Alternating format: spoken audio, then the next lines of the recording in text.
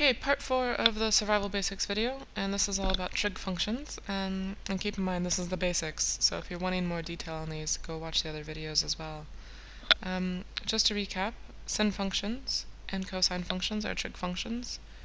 Oscillate, they go up and down, up and down, up and down. Our amplitude, A in the formula, talks about the distance from the midline of the graph to the peak, or from the midline to the trough, but how far it goes up or how far it goes down. Our scrunch factor tells us how quickly it changes. So I could have a graph like so, or my scrunch factor could tell me that I've got a graph that's really spread out. And your equilibrium is the same thing as your midline. That's the line that the graph is going above and below, above and below. The period is the time it takes to complete one full cycle. So imagine if you're on a surfboard. You've got a wave that comes up underneath you, and as it travels forward, in time, another wave will follow, and eventually you'll end up on top of another wave. The time it takes to get from top to top, that would be one period. Another way you could look at it is going from the middle going up, through to the bottom, and then back to the middle again, where I've covered both the peak and the trough. So, peaks being the top, troughs being the bottom. And we'll look here specifically about word problems. So if you're given a word problem, how do you write the equation? Because that's the most powerful thing. Once you have the equation, you can pretty much do anything. And we've got some shortcut formula that we will use as we go through it for all those key things in the formula. But let's take a look at the question here. The volume of air, V cubed, or V centimeters cubed, in the lungs of a certain distance runner can be modeled by a trigonomic function in the form V is equal to A sin BT. Sometimes it's helpful to put brackets around that part, plus d, where a, b, and d are constants, and t is the time in seconds. The maximum and minimum amount of air in the runner's lungs are 1300 and 1500, so that's my max, and that's my min. And the runner takes a breath every 2 seconds, so that means they're breathing in, breathing out, and breathing in again, and it takes them 2 seconds to get from where they started back to where they started again, as the graph would continue again. So this distance here, 2 seconds for the period. So my period is equal to 2. And from here we've actually got enough information to write our formula. So looking at my first thing, finding the amplitude. I know my max is at 1300, and my min is at 500. So my amplitude is halfway between those. So I'm going to take 1300 minus 500, divide it by 2, and I get 400. So I know my amplitude is 400. So this distance here is 400. Next thing is to find the midline, or my actual equilibrium, and that I can find by taking my peak, subtracting off that amplitude of 400 to figure out where the midline is. So that's 1300 minus 400 equals 900. And my last thing here is going to be my scrunch factor that I need, so b. That's 2 pi divided by the period, and here I decided that my period was 2 seconds because it takes me 2 seconds to complete one breath. So 2 pi divided by the 2-second period is going to be equal to 3.14 if you leave it as a decimal. But really it's better if you can think about ignoring the pi, simplify the numbers, so 2 divided by 2 is just 1. Leave it as a fraction if you can, or a whole number. And then remember that the pi is actually there. So 1 pi or just pi. And this is the more precise way to do it. But either of these will work. Any of these will really work for you. Now I know A, B, and D. Let's plug them in. V is equal to 400 is my A.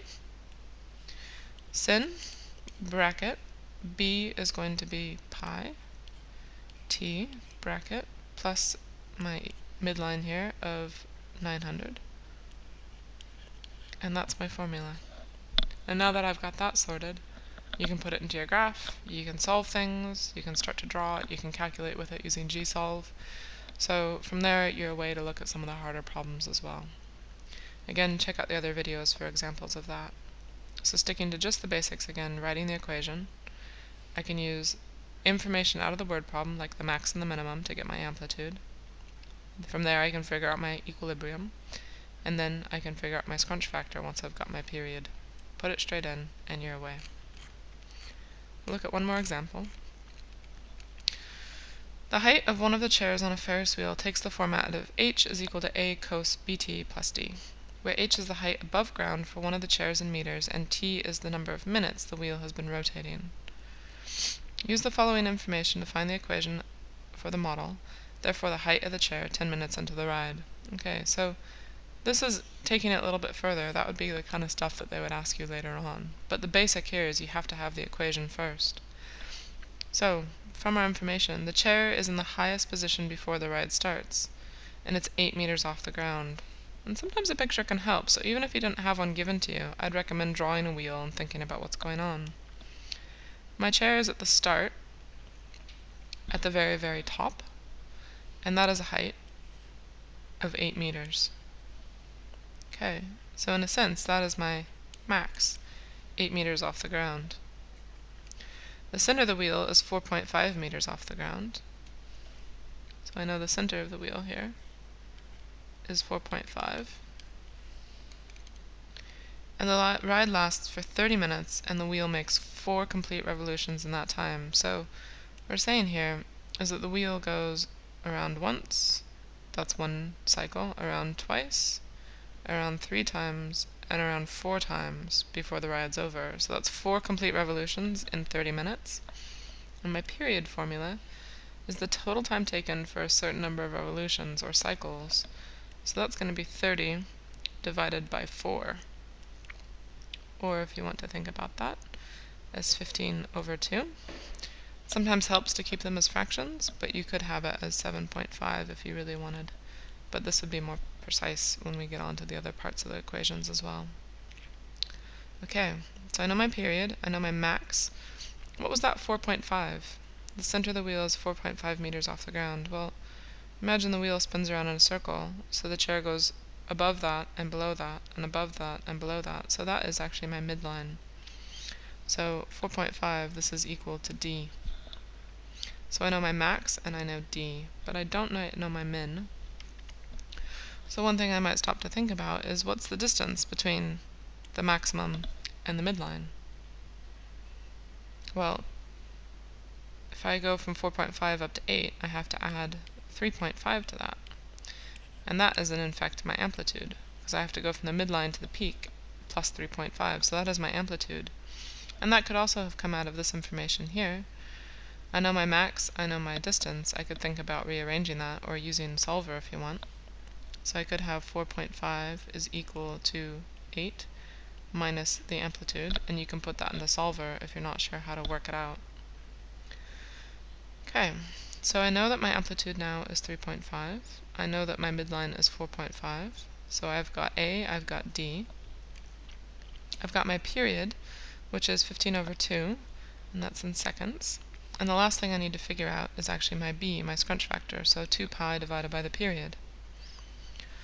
So B is equal to 2 pi divided by the period, 15 over 2. And again, if you ignore pi for a minute, put that into your calculator, you'll get 4 over 15. And then remember that pi is still there, and put the pi back on top. So 4 times pi divided by 15. That's the whole way to do it. But if that's confusing for you and you end up with it in a decimal, 0.8378 rounded is what you should get. But again, the unrounded fraction with the pi would be more precise. And again, I've already figured out my amplitude here was equal to 3.5. My d is equal to 4.5, so I can go ahead and put it into the equation. H is equal to my amplitude, which is 3.5, cosine bracket b, which is 4 pi over 15. So 4 pi over 15 t, part of the equation there is the t, bracket, plus the d, which is 4.5. 4.5. So that's the first big step there, is actually getting the equation written on and done. So if you can get that, you're in really good shape. Next thing to be thinking about then might be to answer the rest of this question. And if you're in survival mode, you can probably just go on practicing equations, but I'd recommend giving it a go, watch this and see how you feel about it. So once you've got your equation, I'm looking for the height of the chair 10 minutes into the ride, so that's t equals 10. And I've got my rule, so since I know t equals 10 and I'm looking for the height, I can just put that straight in to show my working, so show the working. I don't know my height. My formula is 3.5 cos 4 pi over 15 times t, which in this case is 10 minutes, plus 4.5. And I can put that straight into a calculator if I want. One thing you want to check for is make sure that you're in radians for your angle, since you're using pi's, and it's 3.5 cos bracket 4 shift pi divided by 15 times 10. You could use a fraction button there if you want, bracket plus 4.5. And I get 2.75. So equal to 2.75 meters. And the only thing that you could ask yourself there is, does the answer make sense? If I think about it, if I go up 3.5, I'm also going to go down 3.5. So my min here would be minusing 3.5 off of that, which gets me to 1. 2.75 is somewhere between those. And I know it takes me roughly 7.5 minutes to get all the way around the thing once. So 10 minutes means that I've gone around once and a little bit more. So I'm right around in here, and that makes sense for a 2.75. Other things that you can do is put this equation into graph and into table to get points to plot on. One way to look at doing that is just very loosely. I know this goes from a maximum of 8 meters down to a minimum of 1 meter, and that my midline is at 4.5. Thinking about putting in your axes there. Time and height. I also know that it takes me roughly 7.5 seconds to finish this, or minutes to finish this thing. So I'll put in a 7.5 at the end. And if I break that into 4 pieces, roughly, I know for a cosine, which is what we have, it's going to start at the top. And they told me that the chair starts at the top. So for each of those quarters, you move from the top to the middle, to the bottom, to the middle, and then back to the top again. And that gives you a loose sketch of the graph. So that's again one way to think about doing a loose sketch.